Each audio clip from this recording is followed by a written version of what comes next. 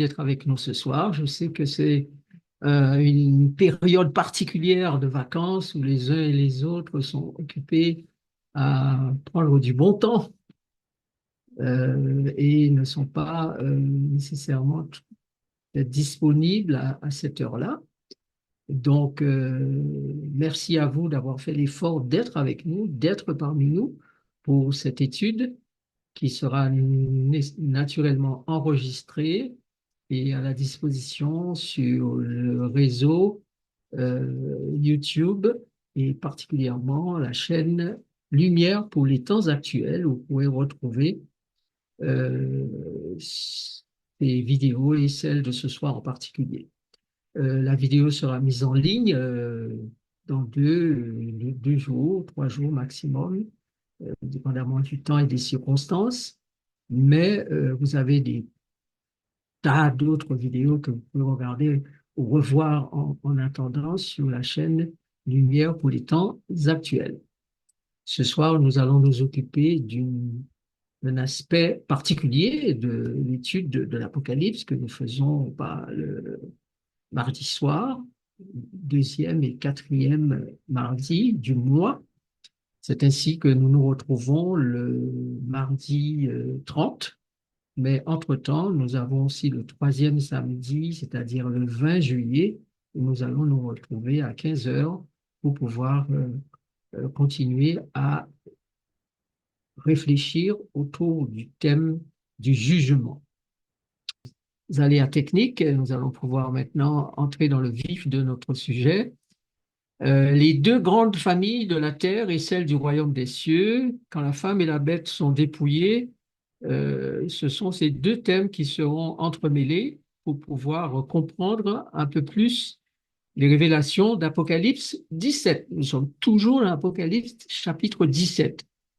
Alors, par quoi allons-nous commencer cette étude? Nous n'allons pas faire cette étude biblique sans nous appuyer sur ce que on peut appeler la transgénéalogie biblique, c'est-à-dire considérer les familles que nous avons dans la Bible et voir comment elles sont des groupes ou des entités qui prophétisent, qui annoncent des choses à l'avance de ce que Dieu veut faire dans son plan.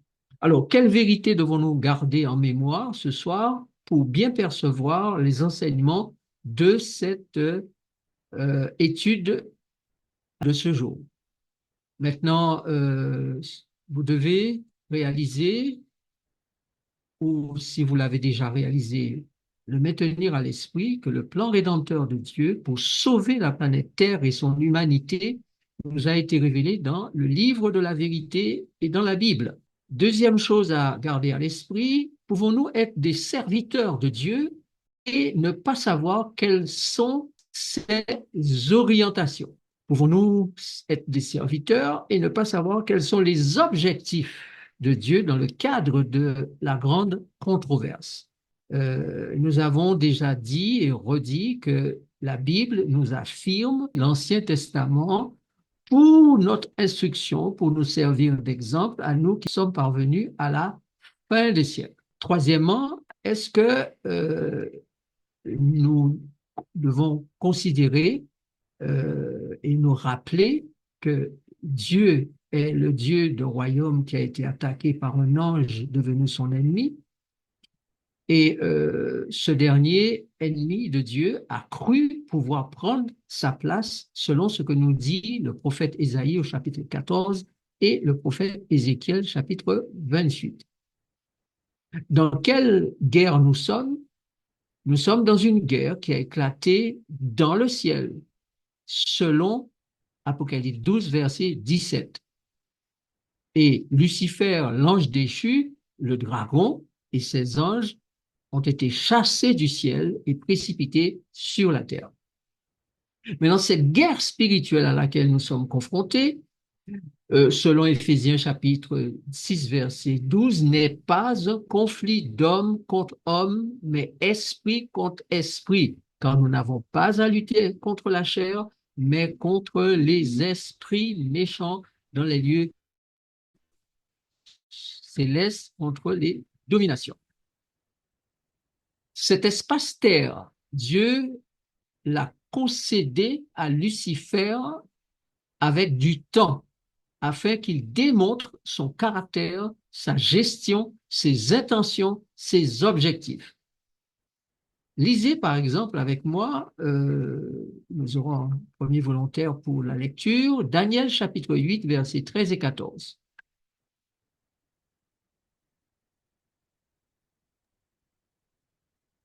J'entendis parler un saint et un autre saint dit à celui qui parlait, pendant combien de temps s'accomplira la vision sur le sacrifice perpétuel et sur le péché dévastateur?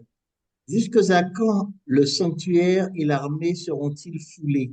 Et il me dit, 2300 soirs et matins, puis le sanctuaire sera purifié. Voilà, vous avez noté que j'ai barré le mot sacrifice, parce que le mot sacrifice n'existe pas dans l'hébreu.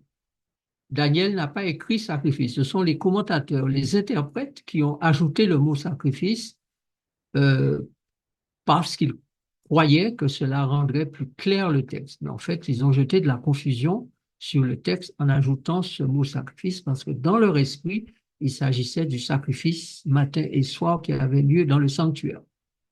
Or, il ne s'agit pas du tout de cela, quoique ce sacrifice soit un perpétuel. Mais le perpétuel dont il est question ici, c'est le perpétuel euh, qui est affecté par le péché dévastateur et qui affecte non seulement le perpétuel, mais aussi le sanctuaire, c'est-à-dire le peuple de Dieu et l'armée céleste. Et tout ça est foulé aux pieds, car vous savez que la guerre a commencé dans le ciel et Satan a eu le tiers des anges qui se sont soumis à lui et qui sont devenus ses esclaves, en fait. Et le texte dit 2300 soirs et matins, puis le sanctuaire sera purifié. Donc, il y a un temps qui a été donné à Lucifer. Il sait que ce temps-là s'achève après les 2300 soirs et matins. Bon. Donc, après cette date, ce moment-là, il ne pourra plus continuer à fouler aux pieds le perpétuel, le sanctuaire et l'armée. Donc, il a été ajouté, ai-je dit, au texte, je parle du mot sacrifice, mais quand vous lisez le texte, lisez pendant combien de temps s'accomplira la vision sur le perpétuel. Le perpétuel. Car le perpétuel, nous le verrons bientôt, c'est le fonctionnement du royaume des cieux qui fonctionne sur une base perpétuelle, perpétuelle, c'est-à-dire continuelle, qui ne s'arrête jamais. Okay? Dieu a créé les cieux et la terre et pour qu'ils existent, il doit être dans un soutien, une communication de la vie qui vient de lui en permanence. Dieu ne prend pas de congé. Donc, c'est un perpétuel. Et c'est ce fonctionnement-là que Lucifer a attaqué. C'est le sanctuaire, c'est-à-dire le peuple de Dieu qu'il va attaquer, parce qu'il dit, vous êtes le temple de Dieu, le sanctuaire de Dieu. Et il va aussi attaquer l'armée, c'est-à-dire les anges qui constituent cette armée que Dieu a pour faire fonctionner son royaume. D'accord? Donc le diable les a séduits, un tiers, elle dit, et un tiers a été chassé du ciel. Donc vous comprenez bien que c'est énorme, une énorme perte pour le ciel de voir tant d'êtres créés saints et qui se sont détournés du Père céleste. Donc, l'armée, ce sont les anges et le sanctuaire, c'est le peuple de Dieu, et particulièrement son peuple sur la terre. Vous êtes le temple de Dieu, dit la Bible. Okay? Alors, maintenant, le ciel a deux familles, deux groupes. La famille de Dieu est divisée en deux. Ceux qui sont du côté du dragon ou de la petite corne, n'est-ce pas? Et ceux qui sont du côté de l'agneau et du sanctuaire. Le groupe des fidèles et celui des infidèles. Deux groupes. Et les deux groupes existent à partir de ce peuple de cette armée angélique, car la guerre commence avec deux groupes d'anges dans le ciel. Ceux qui ont suivi le dragon et ceux qui sont restés fidèles à Dieu. Deux groupes d'anges dans le ciel. Tous ces anges constituent la famille de Dieu. Maintenant, une partie de la famille s'en va avec le révolté, le rebelle, Satan, Lucifer, le serpent ancien, le dragon, et une partie reste fidèle à Dieu. Donc, quel que soit le groupe, il s'agit bien de l'armée des anges sous forme visible et des anges sous forme invisible. Les anges sous forme visible, ce sont les humains, les êtres humains qui sont formés non pas seulement d'esprit. Les anges, eux, sont qu'esprit, tandis que les êtres humains sont esprit et chair. Quand Dieu a créé Adam, il a soufflé dans ses narines son esprit, son souffle. Et Adam est devenu un être vivant, donc de la matière animée, un être plein de vie maintenant. D'accord? Donc, on a, que ce soit parmi les nouveaux anges faits de chair, enveloppés dans la chair, comme dit Paul, Paul l'appelle l'enveloppe, la tente. Donc, que ce soit les anges invisibles, ceux qui sont avec Satan ou avec Dieu, ou que ce soit les anges visibles, ceux qui sont aussi du côté de Satan et du côté de Dieu, avec ces deux camps, la guerre continue. D'accord? Maintenant, sur la terre, les anges esprits qui vont être créés sous forme humaine, eh bien, comme dit Ellen White, pour ceux qui suivent ses écrits, en faisant l'homme, Dieu a créé un ordre nouveau. Donc, c'est un ordre nouveau de créatures ou d'anges, puisqu'il s'agit de refaire ou de remettre en état la famille de Dieu qui a été très affectée, qui a été divisée, dispersée. Un tiers de cette famille est perdu. Donc, Dieu va créer à nouveau des êtres pour remplacer ces anges, ces esprits perdus. Mais cette fois, il va les créer sous forme de matière et d'esprit et leur donner un long moment. On l'a dit déjà et répété 7000 ans de façon à ce qu'ils réfléchissent et tout au long des siècles soient en mesure de faire des choix. Donc, ils devront dire ou voter pour faire savoir à tout l'univers s'ils veulent retourner auprès de Dieu et être des anges fidèles, une armée fidèle à Dieu, ou s'ils veulent rester du côté de la chair, des anges infidèles, déchus par Dieu. Il y aura pour cela un temps rédempteur et ces milliers d'années de rédemption eh bien, devront être utilisées le plus utilement possible par les êtres créés par Dieu sur cette planète et qui doivent choisir leur destinée éternelle. Donc, Satan aura reçu du temps pour dérouler son programme et Dieu va utiliser ce même temps pour dérouler son programme et nous, humains, devrons choisir d'être choisis par Dieu ou choisis par le diable comme serviteurs. D'où le titre que Jésus donne dans Matthieu chapitre 25, 24 et 25 et Luc 19, fidèle serviteur. C'est bien, bon et fidèle serviteur. Bien, bon et fidèle serviteur parce que le fidèle serviteur a fait le bon choix et il a choisi d'entrer dans la joie du maître et de recevoir à nouveau les biens du maître à gérer. Donc nous sommes ici pour réfléchir quelle destinée nous voulons avoir. Retourner dans la gestion des biens du maître en étant de fidèles serviteurs de Dieu ou nous placer du côté de Lucifer, de Satan, du dragon, du serpent ancien et ainsi devenir ce que Matthieu 24 appelle hypocrite et être jeté dehors comme Lucifer l'a été jeté dans l'étang de feu. Ainsi, Dieu, dans l'Ancien Testament, puis le Nouveau Testament, nous raconte toute l'histoire depuis le ciel sur cet espace terrien qui sera utilisé par ses serviteurs fidèles, les anges et son cher Fils, pour rétablir l'ordre, la paix, la justice, l'amour pour toujours dans son univers dont la planète Terre fait partie. Donc Dieu va utiliser les serviteurs fidèles, les anges, visibles ou invisibles, sous la direction de son cher Fils, son unique Fils, Jésus-Christ, pour rétablir l'ordre. Il nous raconte comment il va recomposer sa famille. Donc, vous avez noté que depuis la Genèse, il est question de famille.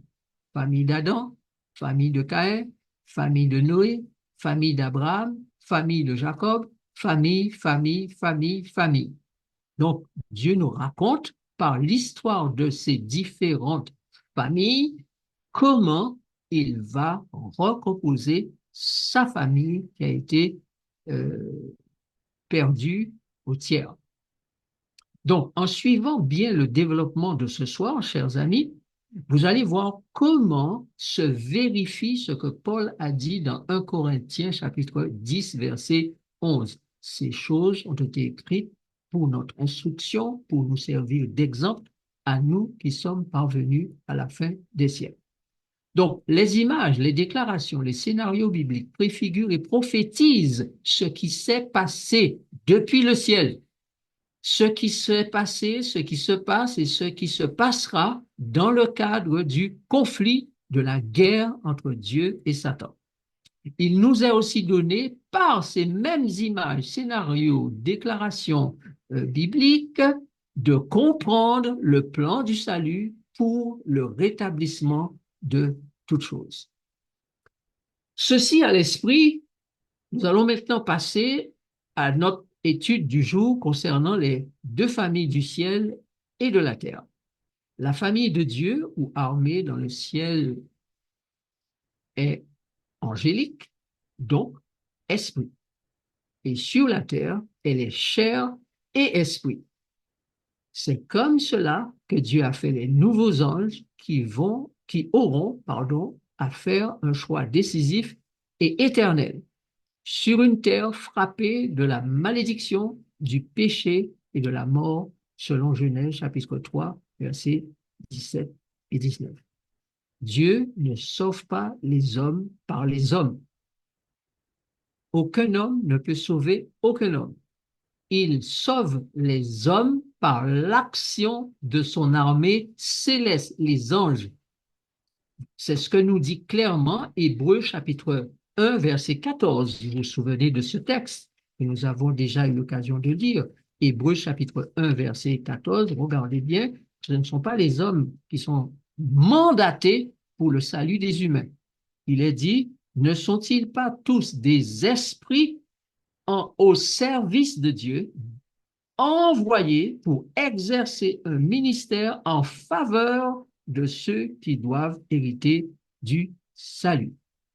Donc, si les hommes doivent participer à ce plan rédempteur, il faut absolument qu'ils fonctionnent en tant qu'êtres spirituels, pas selon la chair. Pas selon la chair. La chair ne sert de rien. Elle ne peut pas participer à l'œuvre divine. Donc, vous et moi, si nous voulons être de vrais serviteurs, de vrais ambassadeurs de Dieu, nous devons fonctionner avec Dieu au niveau de notre esprit, par l'esprit, marcher selon l'esprit. Et ainsi, Dieu pourra nous utiliser pleinement pour la mission qu'il a à accomplir dans ce monde.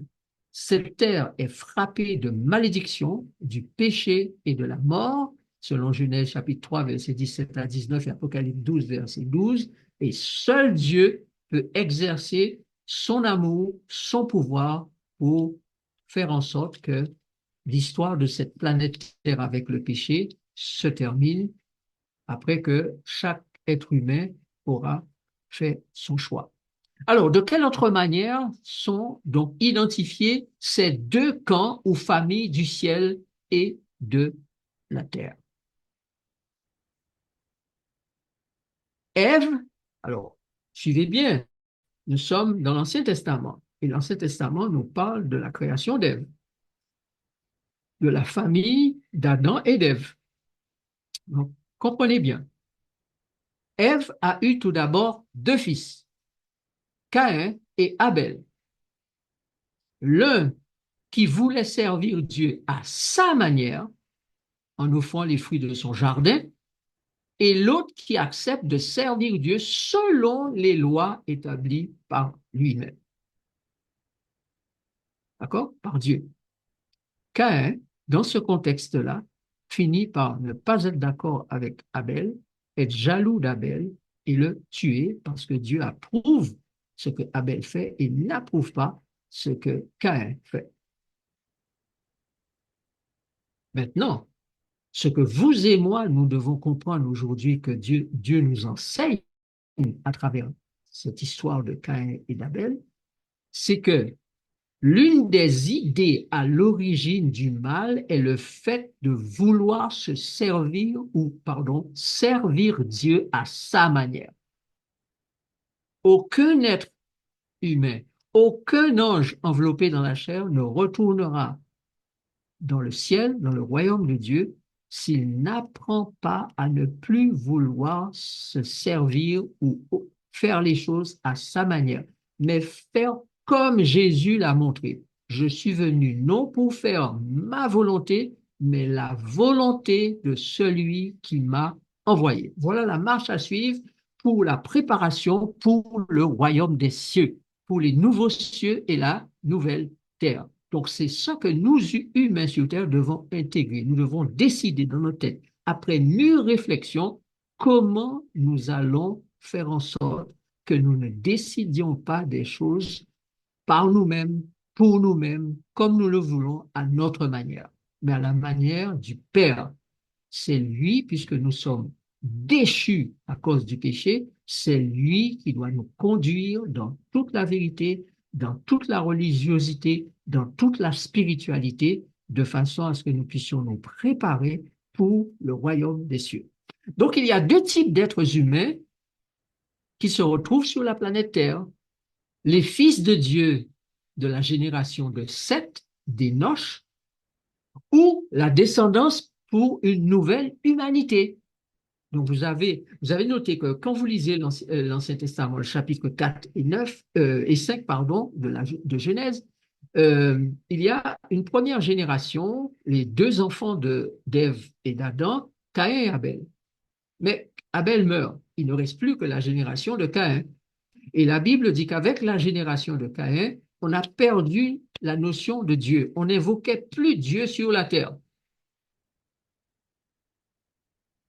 Cette génération de Caïn a été faite d'une certaine manière. Ève a dit quelque chose. Regardez les textes et voyez comment cette génération est venue. Vous allez comprendre un certain nombre de choses. Maintenant, il n'y aura pas de stigmatisation du genre féminin. Mais quand nous parlons de la femme, spirituellement parlant et bibliquement parlant, nous parlons de ce qui est sorti de l'homme, la chair de sa chair, c'est ce qu'Adam dit, et qu'il a. C'est Adam qui l'appelle ainsi, femme. Donc, quand nous dirons femme, nous parlerons uniquement de la structure charnelle, humaine, chair et os, identique à ce que Adam lui-même possède. Donc, le fonctionnement de la nature humaine est appelé femme. Adam, chair de ma chair, il dit, bon, c'est même bitel. Nous, pareil, c'est de la chair, c'est des os, c'est une nature humaine. Donc, c'est la nature humaine qui est symbolisée par la femme. On pourrait donc dire fils de Dieu ou de l'esprit et fils de la femme ou de la chair, tout simplement. Regardons les textes bibliques. Comment ces vérités se vérifient-elles encore dans la Bible? Premièrement, Genèse 2, 23. Et l'homme dit, voici, cette fois, celle qui est os de mes os et chair de ma chair. On l'appellera femme parce qu'elle a été prise de l'homme. Vous voyez bien, la femme, c'est la symbolique de la chair et des os d'Adam, ou de la chair et des os de l'humanité, puisque que ce soit Adam ou Ève, ils sont tous deux faits de la même nature. Et cette nature devient une nature pécheresse. Donc, le péché est désormais une nature. C'est pas un acte, le péché. C'est une nature qui ne change pas et ne changera jamais. Il faudra simplement, par l'opération divine, qu'elle soit détruite. OK? Poursuivons.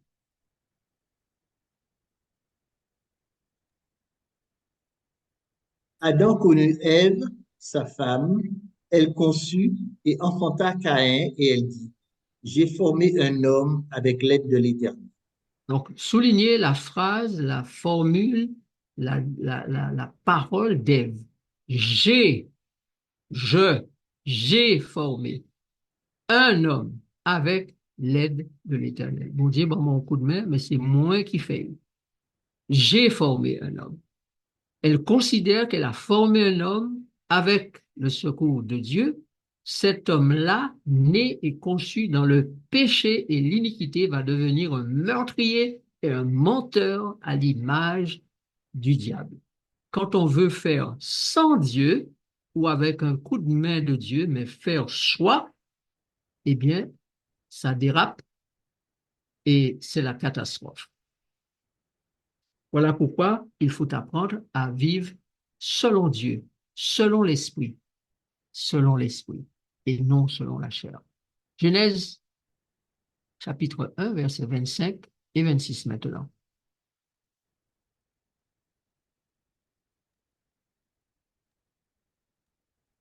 Dieu Dieu fit les fit, animaux. vas-y, vas-y. Dieu fit les animaux de la terre selon leur espèce, le bétail selon son espèce, et tous les reptiles de la terre selon leur espèce. Dieu vit que cela était bon. Puis Dieu dit, faisons l'homme à notre image, selon notre ressemblance, et qu'il domine sur les poissons de la mer, sur les oiseaux du ciel, sur le bétail, sur toute la terre et sur tous les reptiles qui rampent sur la terre. Voilà, donc l'homme est à l'image de Dieu, il reçoit la domination sur la planète Terre et tous ses habitants, n'est-ce pas? Au départ, donc, à l'image de Dieu, se détourne de Dieu, séduit par le serpent, et il s'en trouve que Dieu disparaît de l'histoire de l'humanité pendant un bon moment, au point où la Bible nous dit que l'homme n'invoque plus Dieu. Regardons la suite.